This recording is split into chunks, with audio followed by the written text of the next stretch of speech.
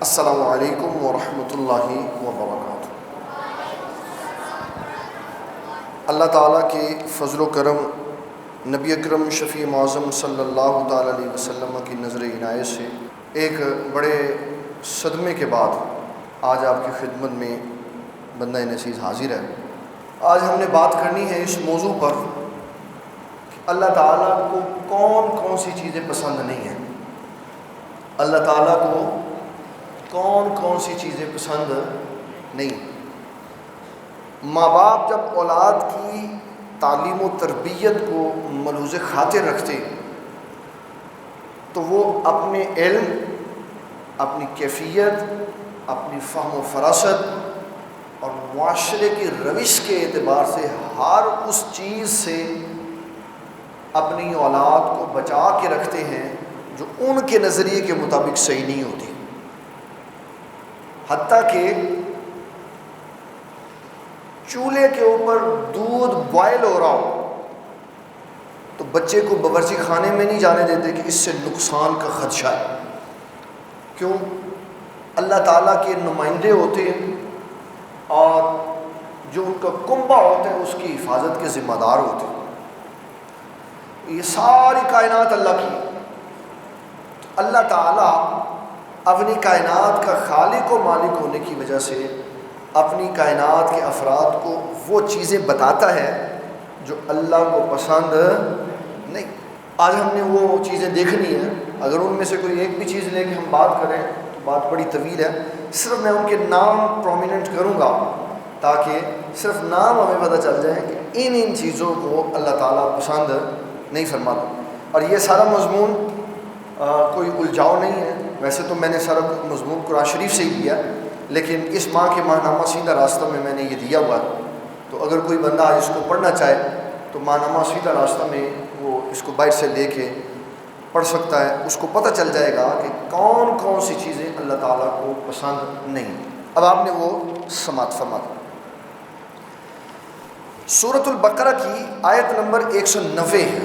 اللہ تعالیٰ ارشاد فرماتا ہے وَقَاتِلُوا فِي سَبِيلِ اللَّهِ الَّذِينَ يُقَاتِلُونَكُمْ، اور جہاد کرو ان سے جو تم سے لڑنے کے لیے آئے۔ بالکل رعایت نہیں دینی، ان کو جڑ سے کاٹ دینا۔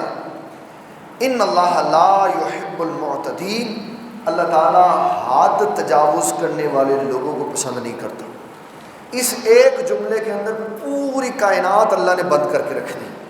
اللہ حد تجاوز کرنے والوں کو پسند، اور ان ساری حدود کا ذکر قرآن و سنت میں بیان کر دی۔ رسول اللہ صلی اللہ علیہ وسلم نے اس کی مثال دی، فرمایا ہر بادشاہ کی ایک چراگاہ ہوتی، ہر بادشاہ کی ایک چراگاہ ہوتی، اور بادشاہوں کی چراگاہیں وہ ممنوع علاقے ہوتے ہیں جن میں کسی دوسرے کو آنے کی اجازت نہیں ہوتی۔ اگر کوئی وہاں گیا تو نقصان اٹھاتا ہے۔ تو فرمایا اللہ تعالیٰ کی حدود یہ اللہ تعالیٰ کی ممنوع چراگاہیں ہیں، اس کے قریب آنے کی کسی کو اجازت نہیں ہے۔ جو ان حدود کو کراس کر کے آگے جائے گا وہ تباہی اور بربادی کی طرف چلا جائے گا۔ تو اپنی حد میں رہنا چاہیے، اپنی، اس کو ہمارا پڑھا لکھا طبقہ کہتا ہے اپنی ڈومین میں رہے، اپنی ڈومین میں رہے۔ جناب جو آپ کا اختیار ہے نا، آپ اس کو اپنے تک محدود رکھیں، آپ کسی کو تنگ نہ کریں۔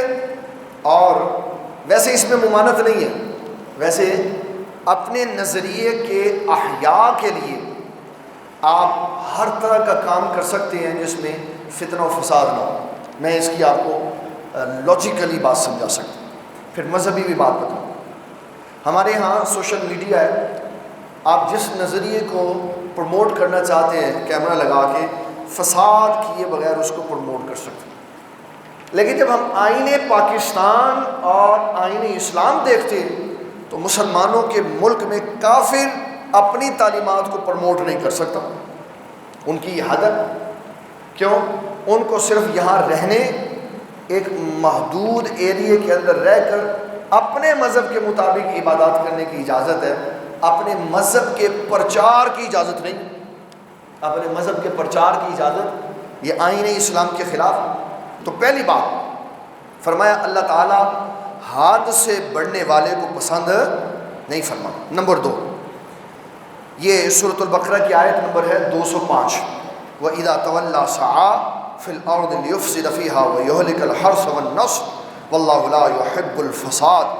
جب وہ پیٹھ پھیر کر پھرتے ہیں تو زمین میں فساد ڈالتے ہیں، اور فرمایا کھیتیوں کو تباہ کر دیتے ہیں، جانوروں کو مار دیتے ہیں۔ یاد رکھو واللہ لا يحب المفسدین، اللہ فسادیوں سے پیار۔ دو بندے ہو جن کو اللہ پسند نہیں کرتا، جن کو اللہ پسند، ان میں پہلا ہے حد سے تجاوز کرنے والا، دوسرا ہے فسادی۔ دوسرا کون ہے؟ فسادی۔ تیسرے نمبر پر اللہ تعالیٰ فرماتا یمحق اللہ الربا ویربی الصدقات، اللہ تعالیٰ سود مٹا دیتا۔ اس کے معنی کے اندر بڑے معنی، سود مٹا دینے کا مطلب ہے سودی نظام بھی ختم ہو جاتا ہے، سود خور بھی ختم ہو جاتا ہے، لینے والا بھی ختم ہو جاتا ہے، دینے والا بھی ختم ہو جاتا ہے۔ تو فرمایا اللہ سود ختم کر دیتا، وَيَرْبِ الصَّدَقَاتِ، اور صدقے بڑھا دیتا۔ کیسے بڑھا دیتا؟ فرمایا تم آج دنیا میں 1 روپیہ خرچ کرو، میں لاکھوں گنا کر کے قیامت والے دن تمہیں عطا فرماؤں۔ تو کیا ہوا؟ صدقات بڑھ گئے۔ یمحق اللہ الربا ویربی الصدقات، اللہ سود ختم کر دیتا اور صدقات کو بڑھا دیتا ہے، دگنا چگنا کر دیتا۔ واللہ لا يحب كل کفار اثیم، فرما اللہ تعالیٰ کو بالکل پسند نہیں ہے نہ شکرا آدمی اور گنہگار آدمی۔ اللہ کو نہ شکرا اور گنہگار آدمی پسند۔ اس کا معنی ہے کہ اللہ تعالیٰ جب نعمت عطا فرمائے تو اس کا شکر ادا کرنا چاہیے، اس کا شکر ادا کرنا۔ اور نعمت سب سے چھوٹی نعمت کیا؟ ابھی ہم نے، آپ ہمارے سارے سننے والے بادشاہ بندے، اس سے پچھلے جمعے سے ہم نے، پچھلا جمعہ جو تھا رمضان کے فوری بعد جو آیا تھا، اس میں ہم نے صرف اسی موضوع کے اوپر بات کی تھی کہ اللہ تعالیٰ نے ہمیں کون کون سی نعمتیں عطا فرمائی ہمیں۔ اس میں میں نے 9 نعمتیں بالترتیب گنوائی تھی جو اللہ تعالیٰ نے ہمیں عطا فرمائی۔ ان نعمتوں میں سے ایک سب سے اہم نعمت یہ ہے کہ اس نے اپنی ساری مخلوقات میں سے ہمیں انسان بنایا، اس نے ہمیں انسان بنایا۔ تو جب رب نعمت دے تو اس کا شکر ادا کرو، کیونکہ اس کو نہ شکرہ پسند نہیں ہے، نہ شکرہ پسند ہے کہ وہ نہ شکرہ بندہ جو ہے وہ اللہ کو پسند نہیں، اس کو شکر گزار بندہ پسند ہے۔ وہ یہ نہیں چاہتا کہ کوئی متکبر ہو جائے، کوئی ناخلف ہو جائے، کوئی دین سے دور ہو جائے اور کوئی میری نعمتوں کو استعمال کرنے کے بعد نہ شکری کر دے۔ وہ یہ پسند کرتا ہے میرا شکر ادا کرو۔ تو یا اللہ شکر ادا کریں گے تو کیا ہوگا؟ فرمایا جب تم میرا شکر ادا کرو گے میں نعمتوں میں اضافہ کر دوں۔ نعمتوں کا تصور اور نعمتوں کی درجہ بندی اللہ نے فرما دی۔ اس کے پاس زیادہ نعمت ہے، اس کے پاس کم نعمت ہے، تو دل میں احساس آیا کم طریقہ کہ پتہ نہیں میرے پاس اتنی کم نعمتیں کیوں۔ رسول اللہ صلی اللہ علیہ وسلم نے کتنی بڑی بات فرمایا سنو لوگو، جو صبح اس حال میں کرے، جو صبح اس حال میں کرے، یعنی نیند سے بیدار ہو اس حالت میں کہ اس کے سارے اعضاء صحیح ہوں، سارے اعضاء صحیح ہوں، کان میں خرابی نہیں، آنکھ میں خرابی نہیں، دیکھنے کے لیے اللہ نے آنکھ کی روشنی دی ہے، سننے کے لیے سماعت دی ہے، سونگھنے کے لیے ناک کے حس دیے، ذائقے کے لیے زبان دی ہے، پکڑنے کے لیے ہاتھ دیے، چلنے کے لیے اس نے جناب ٹانگیں عطا فرمائی ہوئی ہیں، اور پھر ان کا استعمال کرنے کے لیے جسم میں قوت رکھی، فہم چلتا ہے، فراست چلتی ہے، عقل کام کر رہی ہے، سب کچھ نظام بالترتیب صحیح ہے، کوئی فالٹ نہیں ہے فزیکلی۔ اور فرمایا جو بندہ اس حالت میں صبح کرے کہ اس کے جسم میں کوئی فالٹ نہ ہو اور اس کے پاس کھانے کے لیے صبح کا ناشتہ موجود ہو، اللہ کی بارگاہ میں شکر کرے یا اللہ تو نے دنیا جہاں کی نعمت عطا فرما دی۔ یہ نعمتوں کا معیار، یہ نعمتوں کا کہ جس کو یہ چیزیں مل گئی سمجھ لے اللہ تعالیٰ نے اس کو ساری نعمتیں عطا فرما۔ 3-4 باتیں ہو گئی۔ نمبر 5، رسول اللہ صلی اللہ علیہ وسلم فرماتے ہیں وَأَمَّا الَّذِينَ آمَنُوا وَعَمِلُوا الصَّالِحَاتِ فَيُوَفِّيهِمْ أُجُورَهُمْ وَاللَّهُ لَا يُحِبُّ الظَّالِمِينَ۔ آل عمران کی آیت نمبر 57۔ فرمایا جو لوگ ایمان لائے اور انہوں نے صالح اعمال کی، قیامت والے دن اللہ ان کے اجر ان کو عطا فرمائے گا۔ واللہ لا یحب الظالمین، اللہ ظالموں کو پسند نہیں کرتا۔ ظلم کیا ہے؟ ظلم کیا ہے؟ یہ ایک ٹیبل لگا ہوا ہے، اس میں موبائل رکھنے کی جگہ یہ، میں اس کو ہٹا کے یہاں رکھ دیتا ہوں، یہ ظلم ہے۔ گرامیٹیکلی طور پر ظلم کی تعریف یہ کریں گے کہ شے کو اس کی جگہ سے ہٹا کے رکھ دینا، یہ ظلم۔ جس جگہ کے لیے وہ شے بنی ہوئی تھی، جس کام کے لیے بنی، اس میں اس کو صرف کرنا، یہ انصاف ہے۔ اب دیکھ لیں، آنکھیں بند کریں گے تو بالترتیب وہ آگے تک ہم ظالم ہی ظالم نظر آئیں گے۔ غور کرنا چاہیے ہمیں کہ کہیں ہم اللہ کی ناپسندیدہ لوگوں کی فہرست میں تو نہیں چلے۔ اللہ اکبر۔ یہ سنیں، بڑی ہی بلند ہمت اور باکمال آیت ہے کہ انسان کے حوصلوں کو بلند کرتی۔ سورۃ النساء کی آیت نمبر 36، اللہ تعالیٰ فرماتا ہے وَاعْبُدُوا اللَّهَ، اللہ تعالیٰ کی عبادت کرو، وَلَا تُشْرِكُوا بِهِ شَيْئًا، اس کے ساتھ کسی کو شریک نہ ٹھہراؤ، وَبِالْوَالِدَيْنِ إِحْسَانًا، ماں باپ کے ساتھ حسن سلوک کرو، وَبِذِي الْقُرْبَىٰ، قرابت داروں کے ساتھ بھی حسن سلوک کرو، وَالْيَتَامَىٰ، یتیموں کے ساتھ بھی حسن سلوک کرو، وَالْمَسَاکِین، مسکینوں کے ساتھ بھی حسن سلوک کرو، وَجَارِ ذِي الْقُرْبَىٰ، قرابت کے جو تمہارے ہمسائے ہیں، قریب والے، ان کا خیال رکھو، وَجَارِ الْجُنُبِ، دور والے جو ہیں، کٹر کے ساتھی جو ہیں، ان کا خیال رکھو۔ پھر فرمایا وَصَاحِبْ بِالْجَنْبِ، جو تمہاری راہ میں آتے، یعنی گلی میں ایک تمہارے ادھر رہتا ہے، ایک ادھر رہتا ہے، ایک پیچھے رہتا ہے، یہ دائیں بائیں اور کروٹ والے ہوئے، اور جو تمہاری راہ والے، وہ جو اس راستے سے آتے ہیں اور اس کا اور تمہارا راستہ ایک ہے۔ فرمایا قریب والے، سامنے والے، دائیں والے، پیچھے والے، آگے والے، راہ والے، سارے ہمسایوں کا خیال رکھو۔ ان اللہ لا يحب من کان مختالا فخورا، فرمایا اللہ تعالیٰ تکبر کرنے والے، اترانے والے، کبریائی کرنے والے بندے کو پسند ایسے چلتا۔ کہتا ہے میں چودھری صاحب، میں سیٹھ صاحب، میں ایم پی اے اور ایم این اے صاحب، تو فرمایا اللہ ایسے بندے کو پسند، اللہ اس کو پسند کرتا ہے جو اپنے قریب والوں کے ساتھ مل کر چلتا ہے۔ اس دنیا میں سب سے بڑے بندے ہیں ہمارے آقا صلی اللہ علیہ وسلم۔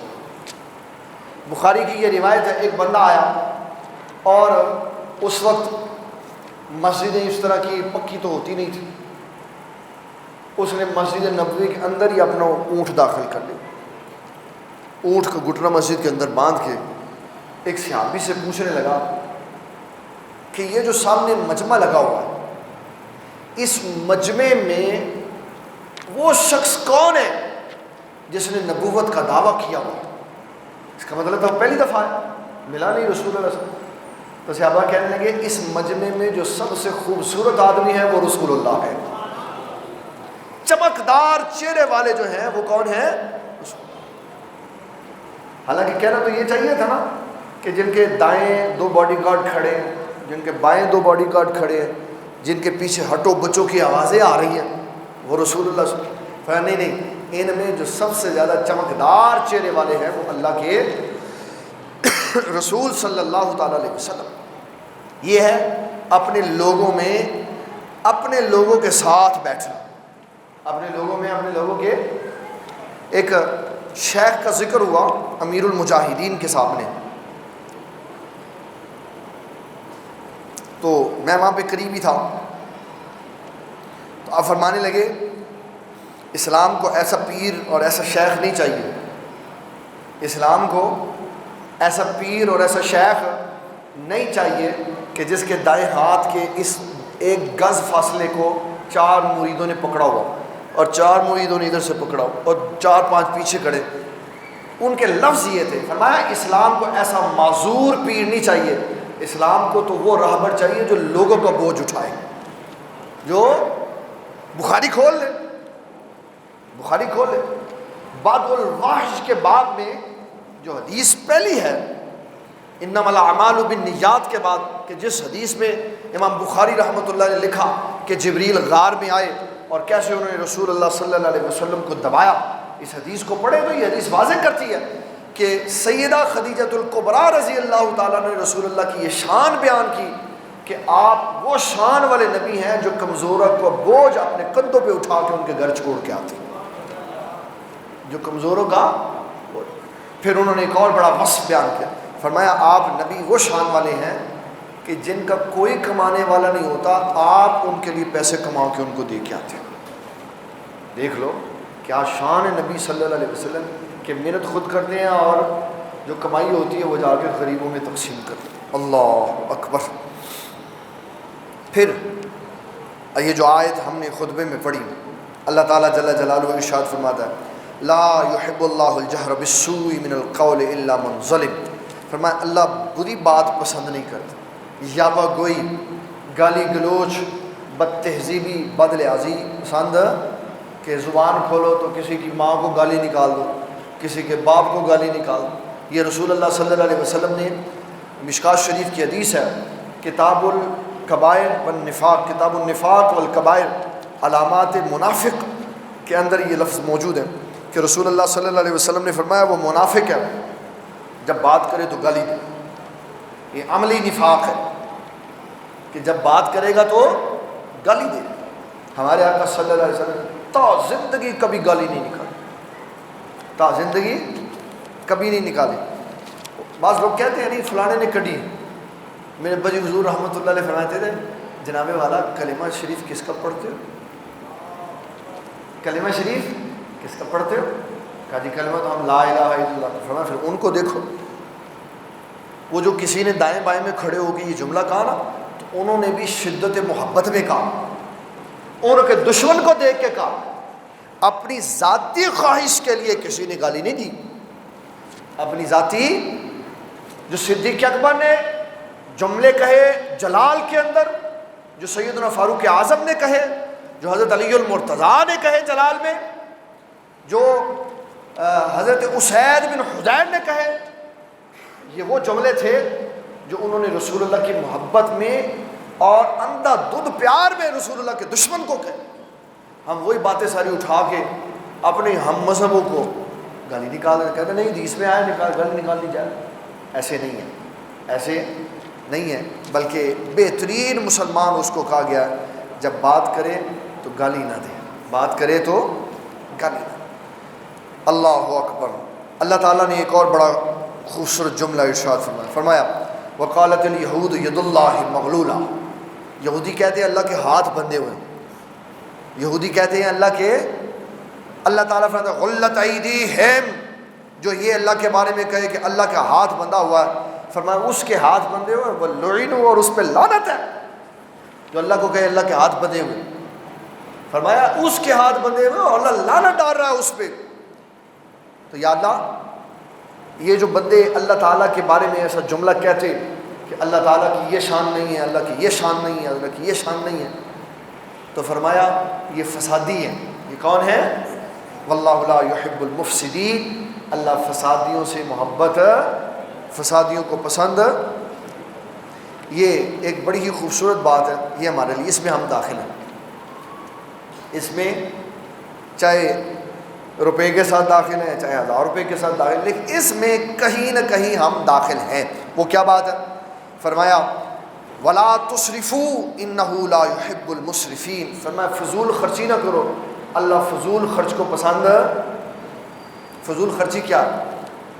جہاں دنیاوی معاملات ہیں، معاشی اور معاشرتی معاملات ہیں، اس میں بے جاز ضرورت سے زائد پیسہ خرچ کرنا یہ فضول خرچی۔ مکان بنا رہا ہے تو بندے 4 ہیں، 4 کمرے چاہیے، 20 بنا لیے تو فضول خرچی ہے۔ ایک سٹوری چاہیے تو 2 بنا لی، فضول خرچی ہے، ضرورت نہیں تھی، کیوں بنائے، کیوں پیسہ ضائع کیا؟ تو فرمایا ان اللہ لا يحب المسرفین، اللہ فضول خرچ کو پسند نہیں کرتا۔ بڑا خوبصورت موضوع ہے یہ، میں صرف نام بتا رہا ہوں، ورنہ ان موضوعات کے آگے بے شمار موضوعات اس کے اندر سے نکلتے۔ سورۃ توبہ کی آیت نمبر 107 والذین اتخذوا مسجدا ضرارا وکفرا وتفریقا بین المؤمنین وارصادا لمن حارب اللہ ورسولہ من قبل ولیحلفن ان اردنا الا الحسنى واللہ یشہد انہم لکاذبون لا تقم فیہ ابدا. فرمایا بعض مسجدیں ایسی ہیں جن کے اندر کھڑا ہو کر نماز پڑھنی اللہ پسند نہیں کرتا، جن پہ نماز پڑھنی اللہ پسند ہے مسجدیں ہیں. یہ فلسفہ تو نہیں اللہ نے کہا مسجد ہے یہ نماز ہی پڑھنی ہے نا، اسی تے اللہ دی نماز پڑھنی ہے نا، اسی تے اللہ دی نماز پڑھنی. جو مرضی بندہ ہے، جس طرح کا مرضی امام ہے، جو مرضی بات ہے، کھڑے ہو جاؤ نماز پڑھ لو، نماز تو ہم نے اللہ کی پڑھنی ہے. وہ کہتا ہے لا تقم فیہ ابدا، مجھے یہ پسند نہیں ہے کہ کبھی بھی کوئی مسلمان یہاں پہ کھڑا ہو. کون سی مسجد؟ فرمایا الذین اتخذوا مسجدا ضرارا، وہ جو مسجد ضرار ہے، نقصان پہنچانے والی جگہ، وتفریقا بین المؤمنین، اور مسلمانوں کے درمیان، مومنوں کے درمیان میں تفرقہ ڈالنے والی مسجد ہے، وکفرا، اور کفر کا اڈا ہے، وارصادا لمن حارب اللہ ورسولہ من قبل، اور کہا بنائی اس لیے گئی ہے کہ اللہ اور اس کے رسول کے دشمن وہاں ٹھہرے. اللہ اور اس کے رسول کے دشمن. اور پھر اللہ نے کتنی گواہی دی، واللہ، واو کے ساتھ، اللہ قسم بیان کر کے کہا واللہ یشہد، فرمایا اللہ گواہی دیتا ہے، انہم تاکید بیان کر دی، پھر لام بیان کر دیا، فرمایا میرے حبیب اللہ فرما رہا ہے یہ جھوٹے ہیں، یہ جھوٹے ہیں. تو مولا کیا حکم ہے؟ فرمایا لا تقم فیہ ابدا، ان کی مسجدوں میں کبھی بھی کھڑے نہیں ہونا، کہ اللہ ان کی مسجدوں میں کھڑا ہونا پسند. اس لیے یہ دیکھ لینا چاہیے کہ جب کسی مسجد میں نماز پڑھے تو دیکھ لیں کہ یہاں کھڑا ہونا ہے کہ نہیں. مسجد کی خوشبو بتا دیتی، مسجد کی خوشبو بتا دیتی کہ کھڑا ہونے کے. اور اگر نہ طبیعت گوارا کرے تو کوئی بات نہیں، باہر سڑک کے اوپر اپنا مصلی بچھا لو، اپنی چادر بچھا لو، اپنا رومال بچھا لو، اور موبائل نکالو، اور موبائل سے قبلہ، وہ جو قبلے کا تعین کرتا ہے وہ ایسے سیدھا کعبۃ اللہ کے اوپر جا کے لگتا ہے، اور جناب اللہ اکبر. فرمایا وہ سامنے مسجد تھی، اندر کیوں نہیں گئے؟ کہا وہاں مطمئن نہیں ہوا. تو کہا یہاں کیوں کھڑے ہوئے؟ کہا یہ میرے نبی کے قدموں کی خیرات ہے، کہ حضور صلی اللہ علیہ وسلم نے فرمایا جعلت لی الارض مسجدا وطہورا. حضور نے فرمایا جب سے میں اس دنیا میں آیا اللہ نے اس کی مٹی کو پاک کر دیا، جہاں مرضی کھڑے ہو کے نماز پڑھ. لیکن وہاں نہیں کھڑے ہونا جہاں ایمان والوں کے دشمن بیٹھتے. علامہ قاضی ثناء اللہ پانی پتی رحمۃ اللہ علیہ نے اس میں سب سے زیادہ دل نشین موضوع بیان کیا. کہ جب مسجد ضرار بن گئی، اور دیکھیں اسلام کی اپنی مرضی، دیکھیں ابو عامر راہب فاسق عیسائی، اس سے ڈائیورٹ ہوا مسلمانوں میں، لیکن اندر سے عیسائی تھا، اور مسلمانوں کو ٹکڑے کرنے کے لیے اس نے مسجد بنائی، مسجد ضرار، اور اس کے خلاف قرآن اترا. اور بیٹا اس کا اتنا بڑا عاشق رسول، جب احد میں شہید ہوا تو فرشتوں نے اس کو غسل دیا. اسلام کی اپنی پسند ہے، باپ کو پسند نہیں کیا تو بیٹے کو پسند کر. باپ منافقوں کے ساتھ کھڑا تھا، اس کے نام کے ساتھ لکھا جاتا تھا ابو عامر راہب فاسق منافق عیسائی، حالانکہ کلمہ گو تھا. کہنے لگا وہ مسجد ہم نے بنائی ہے، بڈھے ٹھیڑے بابے نہیں آ سکتے، پتہ تھا مومنہ بھی کوئی نہیں آنا. تو کہا حضور رحمہ قدم رجا فرما دیں، آپ ایک نماز پڑھ دیں تو پھر ہمارے لوگوں کے لیے راہ کھل جائے. آپ نے فرمایا میں ابھی تبوک کے لیے جا رہا ہوں، واپسی آؤں گا تو پھر دیکھیں گے. تو واپسی پہ اللہ نے یہ آیت نازل فرما دی. جب یہ آیت نازل ہوئی تو حضور صلی اللہ علیہ وسلم واپسی آئے. مغرب کی نماز کے لیے وہاں نمازی موجود تھے، مسجد بھی تھی، نمازی بھی تھے، نماز بھی ہو رہی تھی، عبادت بھی ہو رہی تھی. ہمارے آقا صلی اللہ علیہ وسلم آپ نے فرمایا دوران نماز ہی مسجد کو آگ لگا دو. سناؤ بلاؤ کدھر گئی تہذیبیں؟ اس کا مطلب ہے نہ وہ مسجد تھی، نہ وہ نمازی تھے، نہ وہاں عبادت ہو رہی تھی، بلکہ وہاں کفر کے نمائندے کھڑے تھے سارے. فرمایا نماز کے دوران ہی آگ لگا دو. نمازیں توڑی، بھاگے، او کیا ہو گیا کیا ہو گیا. آپ نے فرمایا اعلان کر دو سارے مدینے کا کوڑا یہاں پہ پھینکا جائے. پھر کچھ دن گزرے، پھر وہاں صفائی کروا دی. ایک حجرہ بنوا دیا. ایک بندے کو کہا کہ اب تو نے یہاں رہنا ہے. وہ کہنے لگا سرکار معافی میں نہیں رہ رہا. آپ نے فرمایا کیوں؟ کہا حضور اللہ جل جلالہ فرماتا ہے یہ اللہ اور اس کے رسول کے دشمنوں کی اماج گاہ، جہاں آپ کے دشمن بیٹھے ہیں وہاں آپ کو غلام کیسے بیٹھ سکتا؟ میں نہیں بیٹھ سکتا. پھر ایک بندہ جس کے پاس گھر نہیں تھا، آپ نے اس کو حکمن فرمایا اس جگہ کی نحوست دکھانے کے لیے، فرمایا تو نے یہاں رہنا ہے، یہ میرا حکم ہے. اس کو بھیج دیا وہاں. کتنے ہی ہفتے کتنے ہی مہینے مارا. ایک دن حضور پاک صلی اللہ علیہ وسلم کی بارگاہ میں آیا. کہا حضور میں معافی چاہتا ہوں، میں نے گھر تبدیل کرنا. آپ نے فرمایا کیا ہوا جو گھر ہم نے دیا وہ نہیں؟ کہا حضور وہ اتنا منحوس ہے، وہ گھر اتنا منحوس بے برکتہ ہے، میرے ہاں اولاد کا تصور تو بڑی دور کی بات ہے، جب سے میں وہاں پہ گیا ہوں کسی مرغی نے بھی انڈا نہیں دیا. اتنی بے برکت اور منحوس ترین وہ جگہ جہاں اللہ اور اس کے رسول کے دشمن. فرمایا اللہ نہیں پسند کرتا کہ ایسی مسجدوں میں کھڑے ہو جہاں اللہ اور اس کے رسول کے دشمن کھڑے ہو. اللہ تو مولا نماز تو پڑھنی ہے نا، تو پھر کہاں کھڑے ہو؟ فرمایا لمسجد اسس علی التقوی، اس مسجد میں کھڑے ہو جو جس کی بنیاد میں تقوی ہے، اللہ اور اس کے رسول کی محبت ہے. اس تقوی والے جملے کی سب سے پہلی بنیادی مسجد ہے مسجد قباء شریف. مسجد قباء لمسجد اسس علی التقوی من اول یوم احق ان تقوم فیہ رجال یحبون ان یتطہروا واللہ یحب المطہرین. فرمایا ان کے مسجد قباء کے نمازیوں سے اللہ محبت کرتا ہے. یہ اسلام کی پہلی مسجد ہے، اسلام کی پہلی مسجد ہے. جب آپ مدینۃ المنورہ تشریف لائے تو قباء کی بستی میں آپ نے پہلی مسجد قباء شریف تعمیر فرمائی. پھر اس کے بعد دوسری مسجد بنی مسجد جمعہ جہاں آپ نے پہلا جمعہ شریف ادا فرمایا. پھر تیسری مسجد بنی مسجد نبوی شریف، اس کا ترتیب کے اعتبار سے تیسرا نمبر ہے. تو یہ سب سے پہلا مسجد نبوی کا ہے. اور وہاں جاؤ خانہ کعبہ میں احرام باندھ کے جاؤ، میقات سے پابندیاں شروع، پھر تکبیرات پڑھتے ہوئے جاؤ، تلبیہ پڑھتے ہوئے جاؤ، پھر 7 چکر لگاؤ، پھر آب زمزم پیو، پھر پیچھے نوافل پڑھو، پھر صفا مروہ کی، پھر عمرے کا ثواب ہوگا. تو رسول اللہ صلی اللہ علیہ وسلم نے کتنی عنایت فرمائی. فرمایا جو فجر مسجد نبوی میں پڑھے اور ظہر جا کے مسجد قباء میں پڑھے تو اللہ تعالیٰ اس کو ایک عمرے کا ثواب عطا فرمائے گا، ایک عمرے کا ثواب عطا. تو جو وہاں کے رہنے والے ہیں فجر ادھر پڑھتے ہیں، زور ادھر پڑھتے ہیں، فجر ادھر، زور ادھر، فجر ادھر، زور ادھر، فجر ادھر. قریب ہی ہے، واکنگ ڈسٹنس ہے. کوئی چلنے والا آدمی ہو تو اس کے لیے کوئی اتنا بڑا ایشو نہیں ہے کہ وہاں کہاں جانا. تو فرمایا اللہ تعالیٰ ایسی مسجدوں میں کھڑے ہونے والا انسان پسند نہیں کرتا. پھر اللہ اکبر، یہ بھی بڑی اہم بات ہے جو میں آپ کو سنانے لگا. وَلَا تُصَعِّرْ خَدَّكَ لِلنَّاسِ وَلَا تَمْشِ فِي الْأَرْضِ مَرَحًا. فرمایا زمین پر اکڑ کے نہ چل، اور جب کسی سے بات کر تو بڑے دھیمے لہجے، ایسے نہیں. تو جن کا لہجہ ہی ایسے ہے، یہ کھڑے ہونے کا انداز کفر کے مقابلے میں ٹھیک ہے. یہ کھڑے ہونے کا انداز کفر کے مقابلے میں ٹھیک ہے، افسروں کے مقابلے میں ٹھیک ہے، لیکن لوگوں کے مقابلے میں ٹھیک ہے. لوگوں کے سامنے نہیں ایسے کھڑے ہونے. قرآن مجید کی نص کے خلاف ہے کہ کوئی ایسا سینہ تان کے لوگوں کے سامنے چلے. کافروں کے سامنے چلنے کی اجازت ہے، دشمنوں کے ساتھ چلنے کی اجازت ہے، ڈیوٹی پہ ہیں پھر اجازت ہے. لوگوں کے سامنے ایسے چھاتی چوڑی کر کے بتانا میں اتنا طاقت والا ہوں، میرے پاس یہ عہدہ ہے، یہ ہے، یہ ہے. اللہ تعالیٰ فرماتا ہے ان اللہ لا یحب کل مختال فخور. اللہ تعالیٰ کو اکڑ کر چلتا ہوا بندہ پسند.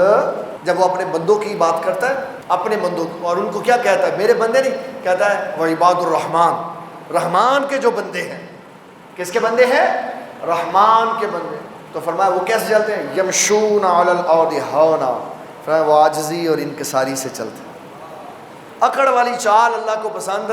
میدان جہاد لگے تو پھر ٹھیک ہے، پھر اتنا سینہ چوڑا کر کے چلو، 2 ہاتھوں میں تلواریں اٹھائی ہوں جیسے ہمارے مجاہدین اسلام کرتے تھے، کرتے ہیں، کرتے رہے. جہاد قیامت تک رہے گا. جہاد 2 کام کبھی ختم نہیں ہوں گے. پوری دنیا کی قوتیں مل جائیں.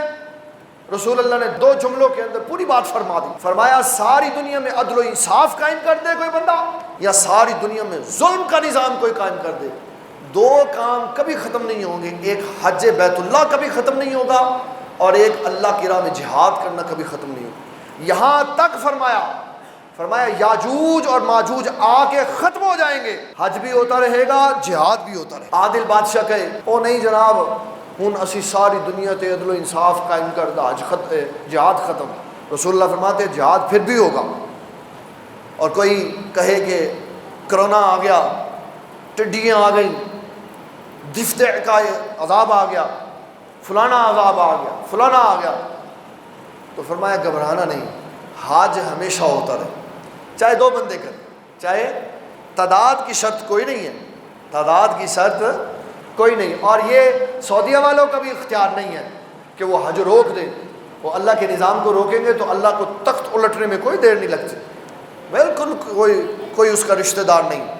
یہ قرآن شریف ہے، اللہ تعالیٰ جب کافر عورتوں کو ذکر کرتا ہے نا تو فرماتا ہے وَضَرَبَ اللَّهُ مَثَلًا لِلَّذِينَ كَفَرُوا امْرَأَتَ نُوحٍ وَامْرَأَتَ لُوطٍ، فرمایا میں کافر عورتوں کا ذکر کرتا ہوں تو سر فہرست وہ عورتیں ہیں جو نبیوں کی بیویاں، لوط اور نوح کی بیوی ہے جو کافر عورتیں ہوں، وہ تو کسی کا لحاظ نہیں کرتا، اٹھا کے باہر پھینک دیتا ہے جو اس کے سسٹم کے خلاف چلتا۔ لہٰذا یہ رسول اللہ صلی اللہ علیہ وسلم کا فرمان عظیم ہے کہ اللہ تعالیٰ تکبر کے ساتھ چلنے والے اور اکڑ کے چلنے والے کو پسند نہیں کرتا۔ بعض ہمارے ہاں محاورتاً بولا جاتا کہتے ہیں توڑتا ہے دی گردنی سڑیا کا، تو وہ جس دن روح قبض ہوتی ہے تو سارے سڑیے نکل جاتے سارے، پھر نہ یہ ایسے ہاتھ اٹھا سکتا ہے، نہ گردن اٹھا سکتا ہے، نہ دائیں ہو سکتا ہے، نہ بائیں ہو سکتا ہے، ساری باتیں کدھر گئی بادشاہ، کدھر گئی چودراہٹ، کدھر گئے درجے مقام اور مرتبے، سب ختم ہو۔ تو زندگی میں اس راہ کو اختیار کرنا چاہیے جس راہ کو اللہ تعالیٰ اور اس کے رسول صلی اللہ علیہ وسلم نے پسند فرمایا۔ پھر فرمایا لِيَجْزِيَ الَّذِينَ آمَنُوا وَعَمِلُوا الصَّالِحَاتِ مِنْ فَضْلِهِ، اللہ تعالیٰ جزا دے گا ایمان والوں کو اور اچھے کام کرنے والوں کو۔ إِنَّهُ لَا يُحِبُّ الْكَافِرِينَ، اللہ کافروں کو پسند نہیں کرتا۔ کافروں کی عزت اللہ کی نگاہ قدرت میں کتنی ہے، یہ ذرا غور سے سنیے، کافروں کی عزت اللہ کی نگاہ میں کتنی ہے، حالانکہ وہ سپر پاور ہے، سارے کافر سپر پاور بنے۔